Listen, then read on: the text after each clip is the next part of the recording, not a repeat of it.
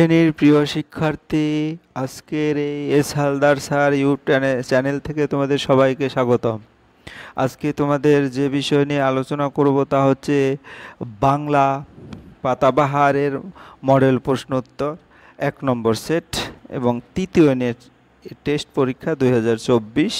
তাই আমরা প্রথমেই একটু তোমাদের সিলেবাসটা দেখে আসি। বাংলা পরীক্ষার যে সিলেবাস, মাস্টারদা আছে, মিষ্টি, তাল নবমী, একলা, আকাশের দুই বন্ধু, বোম্বাগরের রাজা এবং ভাষাপাঠ হচ্ছে পুরুষ, বিপরীত শব্দ এবং অনুচ্ছেদ রচনা।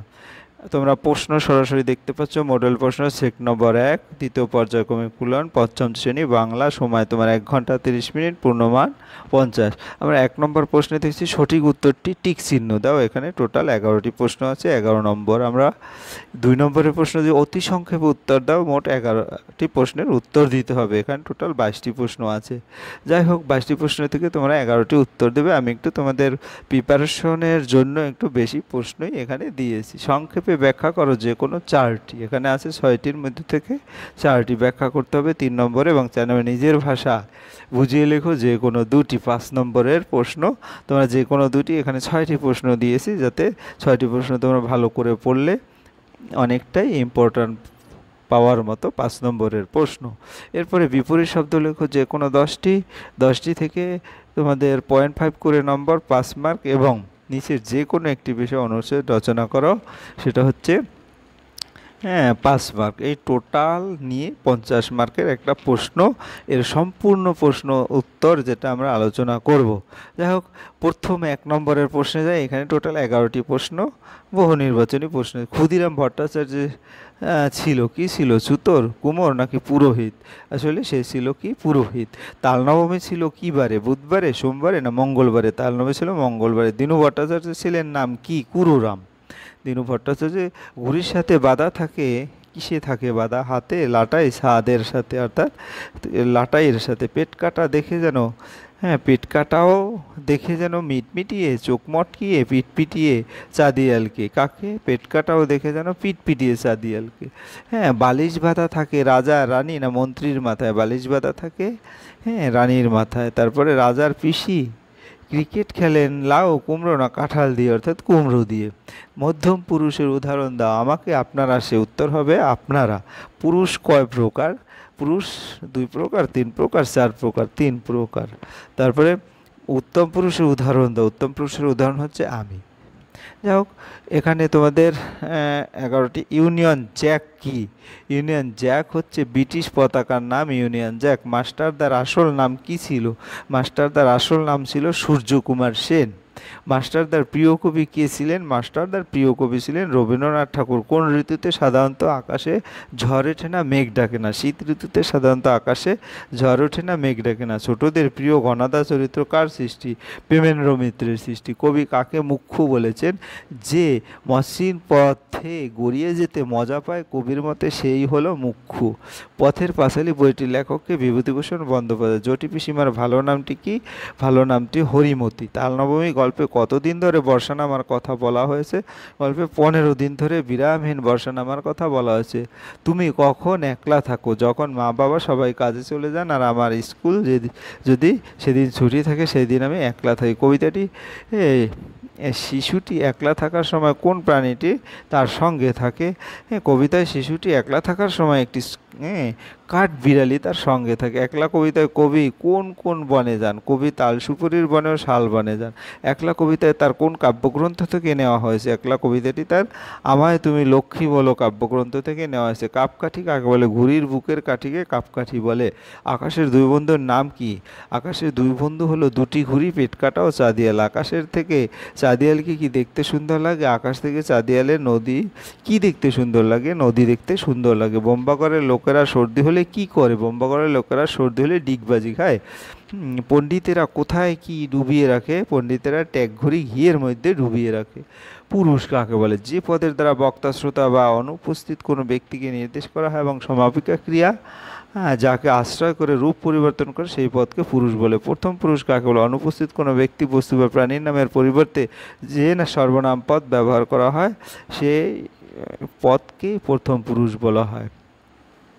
এরপরে মধ্যম পুরুষ কাকে বলে?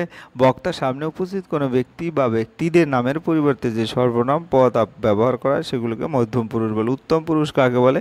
বক্তা নিজের বা নিজেদের সম্বন্ধে বোঝার জন্য যে সর্বনাম পদ ব্যবহার করে সেই পদকে বলা হয় উত্তম পুরুষ। এবার 3 নম্বর, চট্টগ্রাম শহরে কারা, কার বুদ্ধিমতো কিসের ভাণ্ডার দখল করেছিল? চট্টগ্রাম শহরে অল্প বয়সী কিছু ছেলে মাস্টারদার বুদ্ধিমতো ইংরেজ পুলিশের সঙ্গে লড়ে তাদের গোলা বারুদের ভাণ্ডারটিকে দখল করে নিয়েছিলেন। তারা কিভাবে রেল যোগাযোগ বিচ্ছিন্ন করেছিল? তারা 2 জায়গায় রেলের লাইন ভেঙে ফেলেছিলেন, সেখানে মালগাড়ি উল্টে গিয়ে ট্রেন চলাচল বন্ধ হয়ে গিয়েছিল।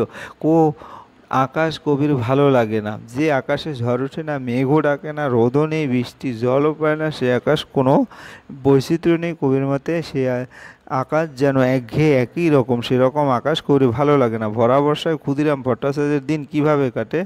ক্ষুদিরাম ভট্টাচার্য গরিব গৃহস্থ, কষ্ট করে সংসার চলে। ভরা বর্ষায় যজমানের বাড়ি থেকে যে কটা ধান এসেছিল তাও ফুরিয়ে যাওয়ায় 2 দিন ধরে অনাহারে তাদের দিন কাটছে। কাঠবিড়ালিটি কবির সঙ্গে কি করে? কাঠবিড়ালিটি কবির দিকে খালি তাকায় আর এদিক ওদিক টানতে থাকে। যেই কবি তাকে ধরতে যান তখনই সে সব হিসাব ভুলিয়ে দিয়ে ছুট দেয়, আর তাকে থামানো যায় না।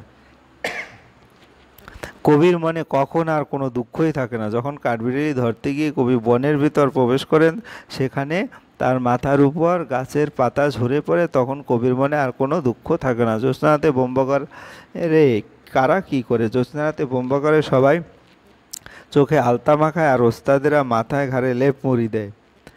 কেমন মানুষ এই এবার 4 নম্বরের প্রশ্ন, কেমন মানুষ এই মাস্টারদার পরিচয় দাও।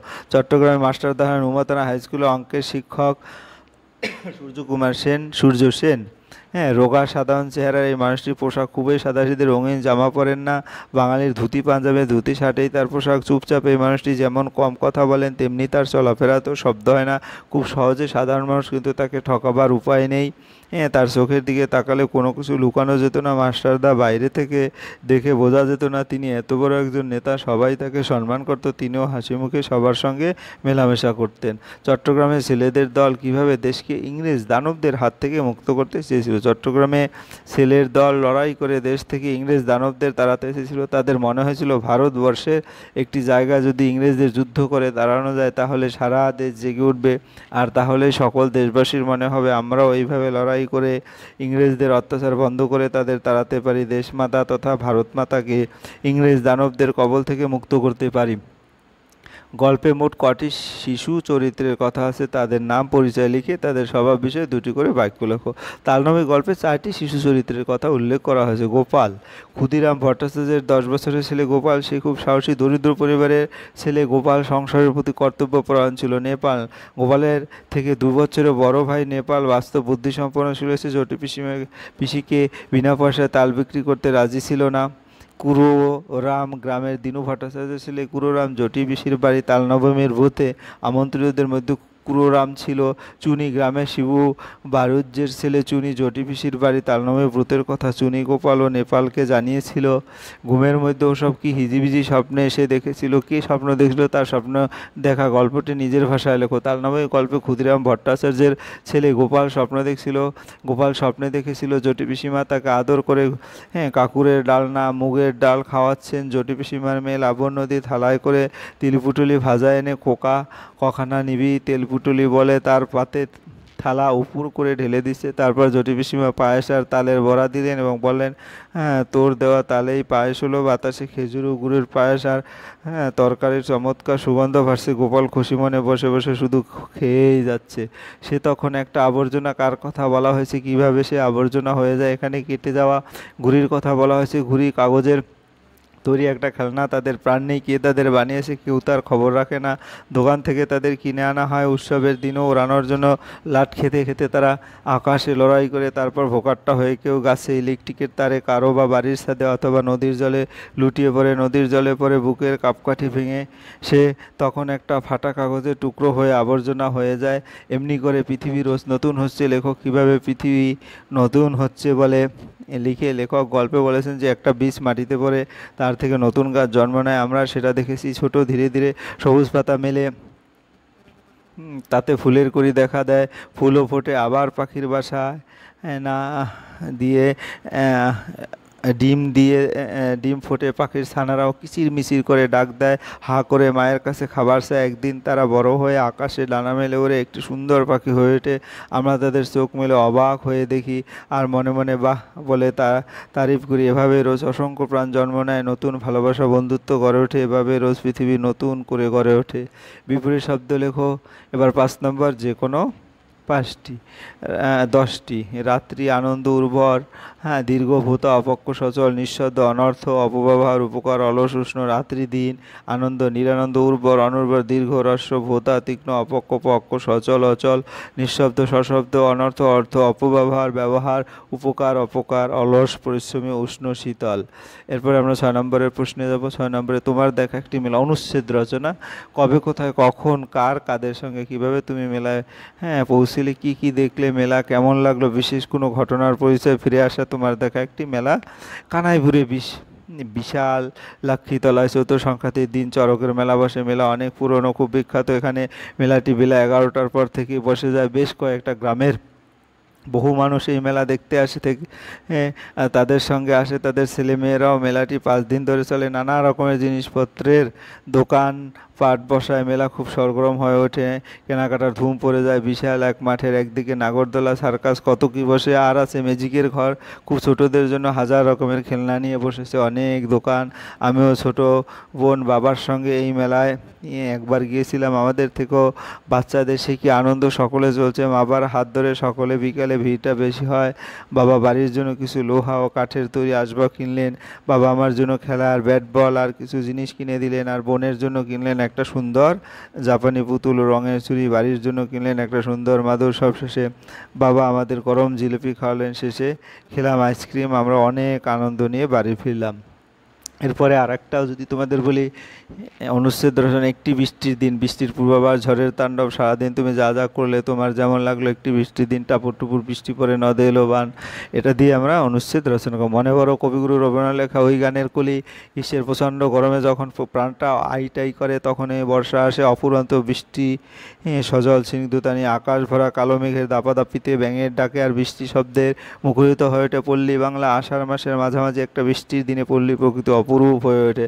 আর সকাল থেকে কখনো মুষলধারে কখনো টিপ টিপ করে বৃষ্টি হচ্ছে। হঠাৎ আকাশ কালো মেঘে ঢাকে গেল, বিদ্যুৎ চমকাতে লাগলো, কালবৈশাখীর তাণ্ডব শুরু হয়ে গেল। কানের পর্দা প্রায় ফাটিয়ে প্রচণ্ড বজ্রপাত হতে লাগলো। জানালা দরজা সব বন্ধ করা হলো। বেশ কিছুক্ষণ এই অপরূপ দৃশ্যের কয়েকটি ছবি আঁকলাম, রং করলাম, বাড়ির সবাইকে দেখলাম। তারপর জানলা খুলে দিতে চোখ হয়ে গেল ছানাবড়া। চারিদিকে জল থই থই করছে, দলে দলে ব্যাঙ ডাকছে, গ্যাঙর গ্যাং। বৃষ্টির তেজ কমে গেলেও টুপটাপ করে খুদে খুদে ফোঁটা পড়ছিল মাঝে মাঝে, থুই থুই জলে। সেই সব ফোঁটা পড়ার দৃশ্য ভারী অপরূপ, অপূর্ব স্নিগ্ধ পরিবেশ। আমার মনটা উৎফুল্ল হয়ে উঠলো। এই হচ্ছে তোমাদের অনুচ্ছেদ রচনা। দুটি আমি ভালো করে পড়লাম। বাকি আর একটা অনুচ্ছেদ রচনা তোমরা একটু দেখে নিয়ে ভালো করে পড়ে নেবে। এরপরে আরও একটা অনুচ্ছেদ রচনা, এটাও তোমরা দেখে নিয়ে পড়ে নিবে। এবং সর্বশেষ আর একটা অনুচ্ছেদ রচনা। যাই হোক, এরপরে তোমরা এইগুলি ভালো করে দেখবে। আমার এই ভিডিওটি যদি তোমাদের পরীক্ষায় একটু উপকার হয়, তাহলে অবশ্যই ভিডিওটি দেখার জন্য তোমাদের অসংখ্য ধন্যবাদ। আর ভিডিওটি যদি ভালো লাগে থাকে তাহলে লাইক কমেন্ট শেয়ার করতে ভুলো না। আর এখনও যারা তোমরা সাবস্ক্রাইব করোনি, তাহলে এই মুহূর্তে সাবস্ক্রাইব করে বেল আইকনটি প্রেস করে দাও, যাতে পরবর্তী সুন্দর সুন্দর ভিডিও পেতে পারো। আশা করি তোমাদের সকলের এই তৃতীয় ইউনিট টেস্ট পরীক্ষা ভালো হোক, এই প্রত্যাশায়। সবাইকে ধন্যবাদ।